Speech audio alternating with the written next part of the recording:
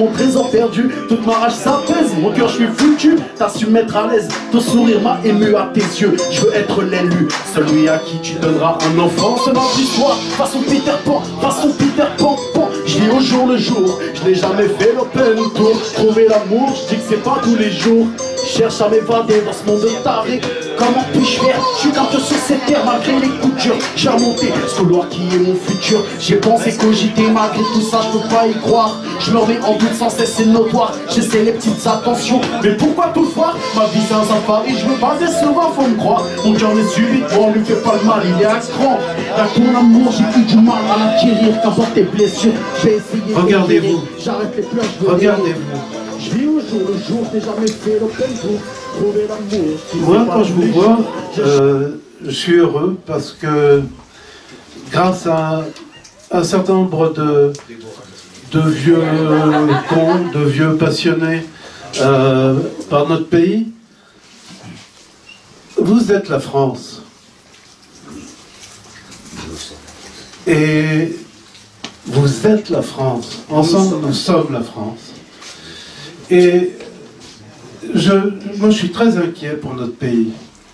Je suis très inquiet pour notre pays qui promulgue des lois qui cassent la famille, qui cassent le mariage, qui cassent les principes. On n'aime plus beaucoup le mot de principe, mais les fondements de toutes les sociétés humaines. Et instinctivement, je sais que tous vous êtes convaincus de ça. Et je me dis que c'est une formidable espérance si nous arrivons à rester ensemble et à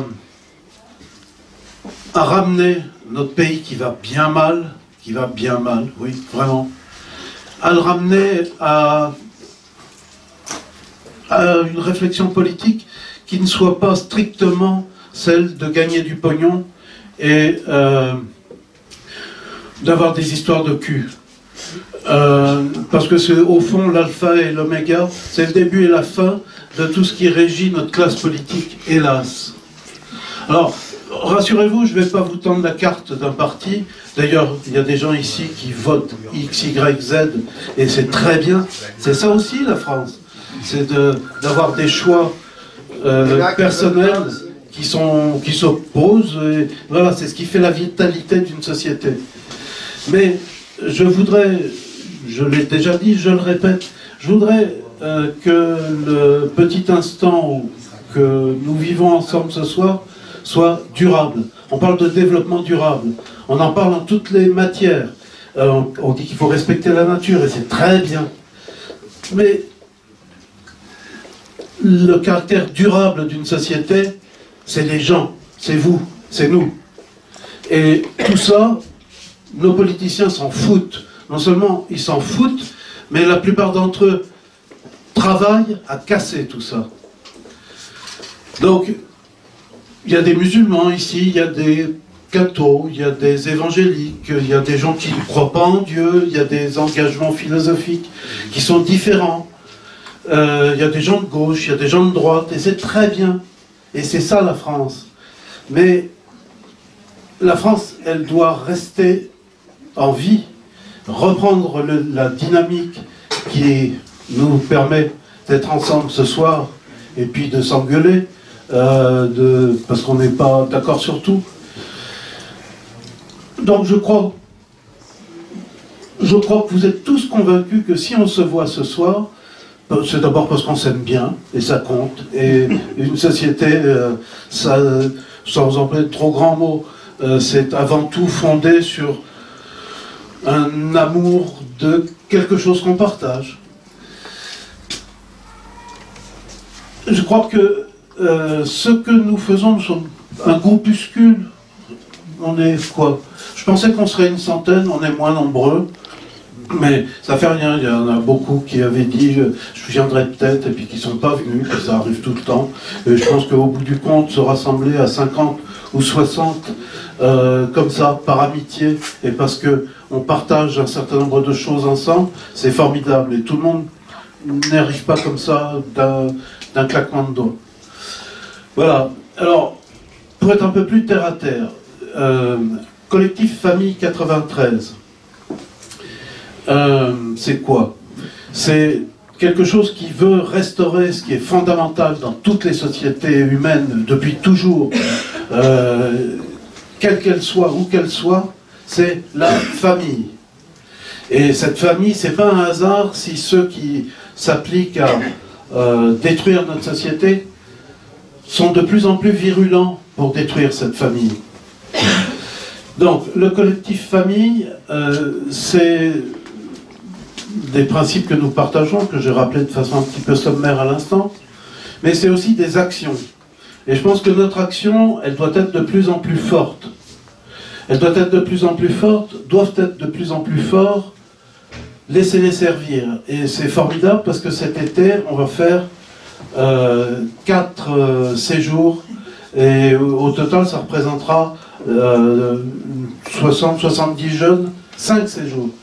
Ça fera 70, peut-être 80 jeunes. J'ai en tête le chiffre, on est 33. 3 à 5, 30 gamins par séjour, ouais. 150 gamins. Ça fait 150 gamins, je suis en dessous de la vérité. 10 jours par séjour, donc vous comptez... Et ça c'est magnifique, et c'est un espoir formidable.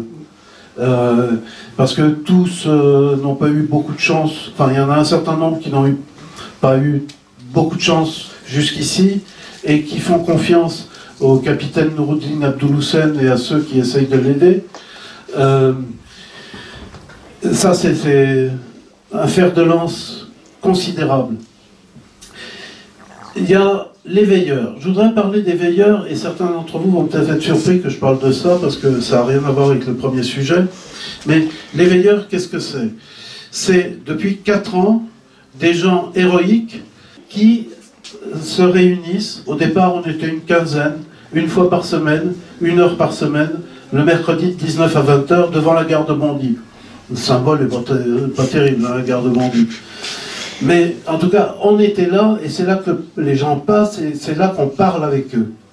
Et il est étonnant de voir le nombre de gens qui nous disent « Vous avez raison, oui mais c'est foutu. Vous avez raison, ah oui mais j'ai pas le temps. » Mais la plupart disent « Vous avez raison. » Et depuis 4 ans qu'on tient, on a comme ça 250 à peu près personnes qui m'ont donné leur numéro de portable. Et j'ai un peu honte parce que j'en ai rien fait. Des gens qui me disent bah, « Faites-nous signe, oui, dites-nous ce que vous faites. » Bon, je n'en ai rien fait.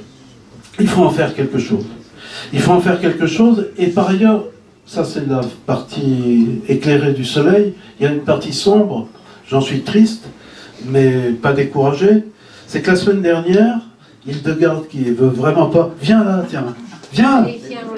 Allez, Hildegarde. Si, viens là. Allez. Voilà, la gamine. Elle est arrivée, on était 15, et puis après on s'est retrouvés de 10, puis 9, puis 8, et la semaine dernière, on était tous les 2.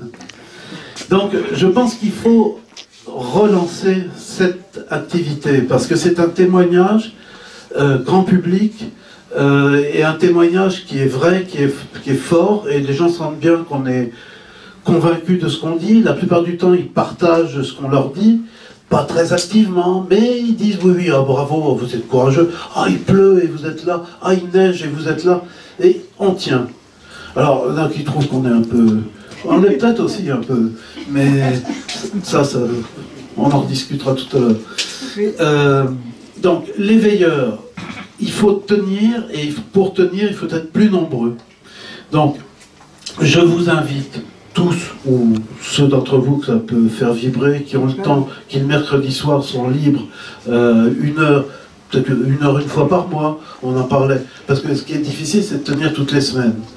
Mais si certains d'entre vous sont prêts à laisser leur nom sur la liste qui est quelque part par là, qui ne doit pas être très difficile à trouver, je pense que c'est un élément important de notre combat pour la France, pour la société française. Et puis, en dernier lieu, je vais dire un petit mot très rapidement. Merci madame. Ouais, a big clap for Hildegard.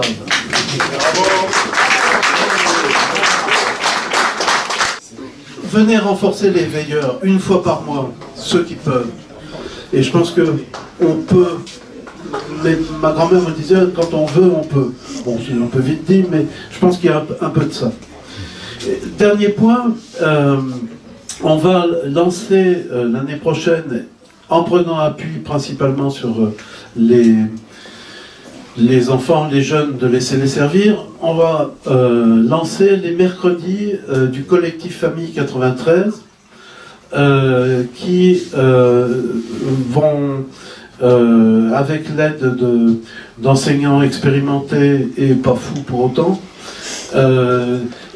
présenter l'histoire de notre pays par des visites de musées, par des séances de cinéma, et puis également par d'autres activités. Vous jetterez un coup d'œil sur le panneau qui est là, mercredi après-midi. Et si vous avez autour de vous des gamins, je sais que vous n'êtes pas des gamins, vous êtes quasiment des adultes, mais si vous avez autour de vous des jeunes qui ne sont pas trop occupés le mercredi après-midi et dont vous pensez pouvoir les inscrire à ces activités, vous jetterez un coup d'œil, puis si vous voulez en discuter, on peut bien sûr. Je pense que c'est... On a tenté l'expérience à titre expérimental l'année dernière. Faute de moyens, on a arrêté parce qu'on n'avait pas... Bon, on va avoir des petits moyens pour lancer ça de façon plus forte, plus régulière, et je pense que ça va bien marcher. Il y a 2 ans, et l'année dernière, nous avions organisé autour des veilleurs, mais pas limité aux veilleurs, la fête de la famille devant la gare de Bondy. On avait fait ça le 24 puis le 22 juin. Pourquoi? Parce que c'est le solstice d'été. Et donc c'est là la journée la plus longue. Bon. Et puis cette année, on s'est dit qu'avec les élections, il fallait pas. On a envisagé de le faire, mais avec l'élection présidentielle, ça prenait trop une tonalité politicienne, je dirais. Donc on a dit, cette année, on va le faire, mais on va le faire la première semaine d'octobre.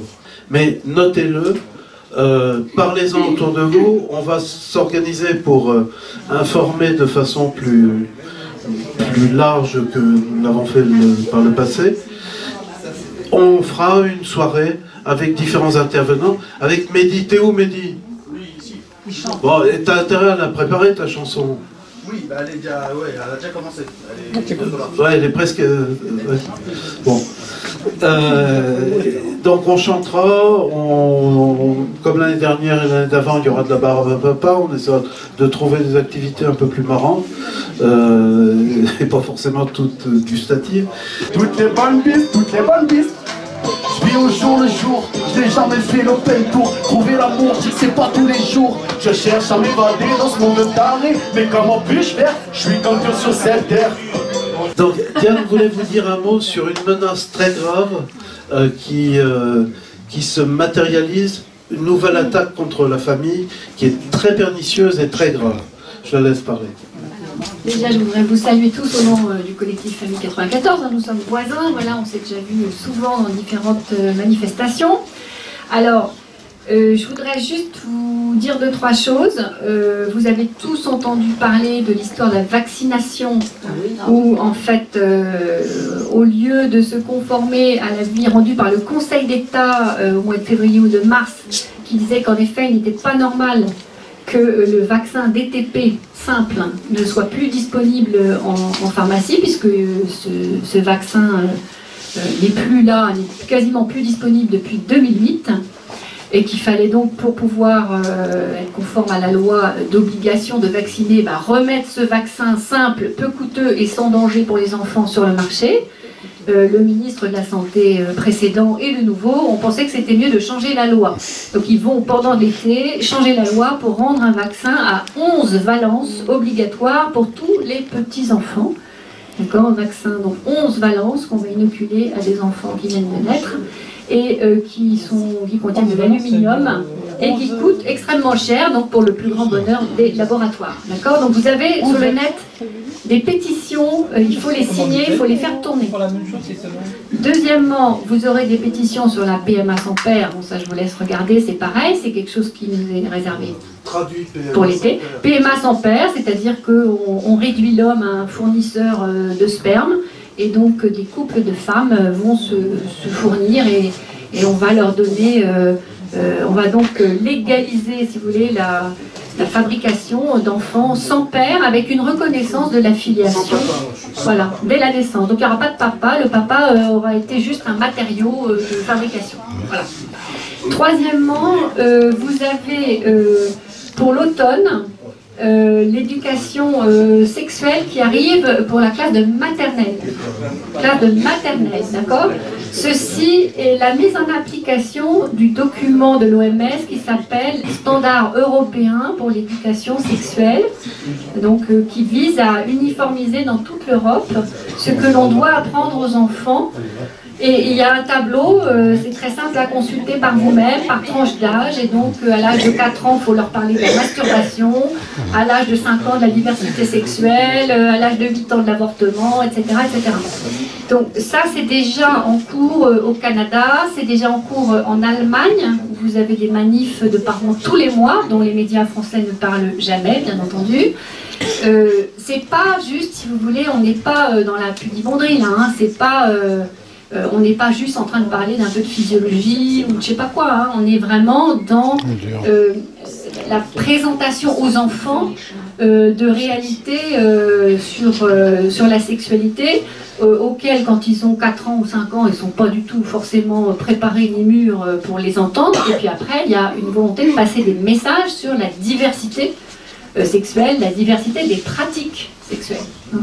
Et donc, vous avez, et c'est peut-être une immense chance, alors je vous demande de la faire vôtre, c'est qu'il y a une vingtaine de médecins, des psys qui se sont saisis du sujet, donc sous l'égide du professeur Maurice Berger, qui était président d'un CHU, d'un service pédiatrique, professeur d'université, et vous avez quelqu'un qui s'appelle Ariane Billeran, qui est une dame qui a aussi un CV absolument incroyable et qui a dû partir en Amérique du Sud. Hein. C'est quelqu'un qui a dû partir parce qu'elle a écrit un livre qui s'appelle L'imposture des droits sexuels, puisque c'est de ça qu'il s'agit, c'est de donner à vos enfants de 10 ans des droits sexuels et reproductifs, c'est-à-dire qu'un enfant de 10 ans qui vous dira écoute papa, maman, moi c'est bon, j'ai envie de mener ma vie sexuelle comme je l'entends, en fait, vous n'aurez plus juridiquement les moyens d'obliger votre enfant. Vous voyez, vous ne pourrez plus poursuivre son éducation puisque le droit sera pour lui. Voilà. Donc vous pourrez toujours être redevable s'il fait des bêtises, j'imagine, au pénal. Vous devrez toujours payer pour ses bêtises, mais par contre, s'il veut mener sa vie sexuelle comme une grande personne, en fait, l'objectif, c'est de lui donner une autonomie, voilà, à partir de l'âge de 10 ans. Pris en charge par l'école. Pris en charge par l'école, hein, qui passe les messages, et relayé par la justice, qui donnera raison au tribunal si c'est nécessaire. Alors, je vous demande instamment, c'est 20-25 médecins qui ont pris un risque énorme hein, de faire cette pétition. Hein. Elle est sur Internet, je vous la donne là. Je peux, si vous me donnez votre mail, je vous envoie le lien par Internet avec grand plaisir. Il faut les aider. Il faut les aider parce que la plupart des médecins ne veulent pas se mouiller. Moi, je pense qu'au point où on en est, le fait d'avoir quelques documents sous le bras, un petit classeur, vous voyez, avec des documents à présenter et d'aller sur les marchés, faire du porte-à-porte, même pendant l'été, vous voyez, c'est très bien. Bien sûr, évidemment. Évidemment. Et, ben oui. Bien sûr, bien sûr. Et d'ailleurs, je pense que pour être... il n'y a pas de petite action, c'est-à-dire que si chacun prend une pétition, fait 10 ou 15 photocopies et va les distribuer à ses voisins, à ses proches, c'est déjà très bien, vous voyez, parce que si on est 50 multiplié par 10 ou 20, etc. Voilà. Mais par contre, il faut vraiment faire ce travail, et le fait que ces médecins se soient mouillés, et ils ont déjà reçu énormément de pression. Hein. Le professeur Berger, par exemple, a été obligé de rajouter un préambule à sa vidéo pour expliquer qu'il était athée, qu'il avait déjà pratiqué des avortements, etc. etc. Oui. Il était obligé de faire un préambule pour pouvoir amener son propos. Il avait posté sa vidéo depuis quelques jours. Donc, remercions ces médecins de leur engagement et soutenons-les. Cette pétition, elle est pour les professionnels de l'enfance, donc c'est les médecins, les pédiatres, les psys, les assistantes maternelles, les enseignants, les directrices de crèche, vous voyez. Donc on peut prendre ça et se dire que cet été, on se repose et on prend des forces, mais aussi on sème. On sème des petits papiers dans des boîtes aux lettres, on sème des petits emails dans la boîte, dans la messagerie des uns et des autres. Et on a toujours dans son sac à main l'information au cas où on peut parler du sujet autour de soi.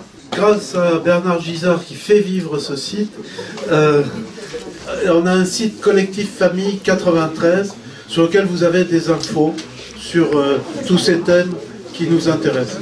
Il nous faut des gens qui nous aident, parce qu'on souhaiterait que cet événement, au mois d'octobre, soit un événement qui chagrine un peu la mère de Bondy, qu'on n'aime pas trop, qui a voulu nous virer, voilà. Mais c'est pas tant pour ça, c'est pour qu'on montre notre présence et dire que nous n'acceptons pas ce changement de civilisation et ces nouvelles familles qui nous ont déjà poussés vers la décadence. Donc on a besoin de gens qui nous aident. Tous ceux qui sont partants pour nous aider à monter l'événement seront les bienvenus. Voilà, il faudra s'adresser à Jean. La chanson. Une chanson.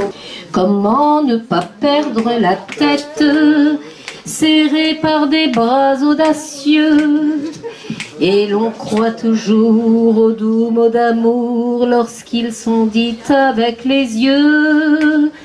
Moi qui l'aimais tant, je le trouvais le plus beau de Saint-Jean. Je restais grisée sous ses baisers sans volonté. Tout immigré, tout aborigène que vous êtes, ici présent, ben vous verrez qu'on a besoin de croyance. Et cette croyance-là, si vous ne croyez pas dans votre prochain, si vous ne croyez pas à l'autre, si vous ne croyez pas dans ce pays qui ouvre les bras, ça va être très difficile.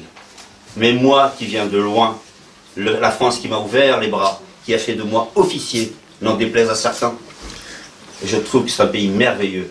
Parce que je viens d'un pays qui était le mien, celui de mes ancêtres, paraît-il qui fut celui des Maharajas, mais j'aurais été peut-être, sur 1,2 milliard habitants, un vendeur des savates. Or, aujourd'hui, je suis l'héritier des chevaliers. Allez, les cadets à moi. Ouais. Allez, les cadets à moi. Allez, rapidement là. Ceux qui ont fait des séjours, allez à moi. Allez, Ophélie, elle est où Ophélie?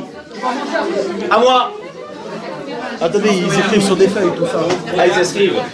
Allons enfants de la patrie, le jour de gloire est arrivé.